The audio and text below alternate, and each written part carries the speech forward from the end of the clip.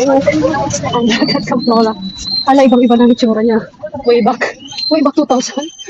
15 years ago. Can you imagine? Dito, anak? At dito. Pipirma ang auntie ng card ng aking matalinong anak. Yes, that. Back at Camplora. Ang grade 6 nito eh. Tama na ang kanyang high school life. Ang amazing high school memories. Matati teacher. Ang mataas ang liter. Oh, can you imagine? Ganito lang high school ngayon, mga ante, mga beses. Ano ba ba, anak? Okay, okay, bababak tayo mga ante.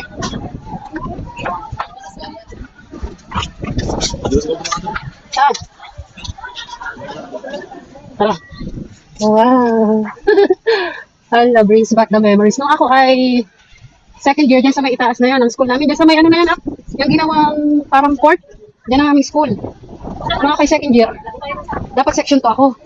Kaso punuan sa section 2. Sabi nung ni Ma'am Monsignor, sino gustong lumipat sa section 3? Ah, gusto ko. Ako po. Sa alaala ko. Tapos nung first year naman ako dito. Section 1 ako.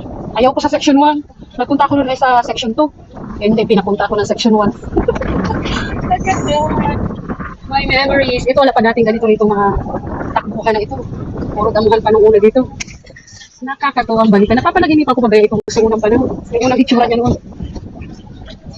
Ang galing. Unay ito si Tuchay. High school na din. Ang galing. Good morning po. Hala, nakakatuwa ang Camplora National High School. Nakakatuwa itong mga puno na ito. Nung unay wala pa yan, Jamad. Dito kami nung nag-appel demo. Ano na? Pag ano? Dito sa malawak na field. Dito na pala kita.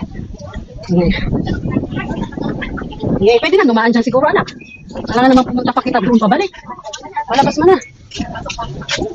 Bukas na ba ga? Ayan, pwede. Ayun, ibig sabihin, bakit yan man sila napasok? We're heading out. Wow, nice. Ay, nakakatuwa. The memories.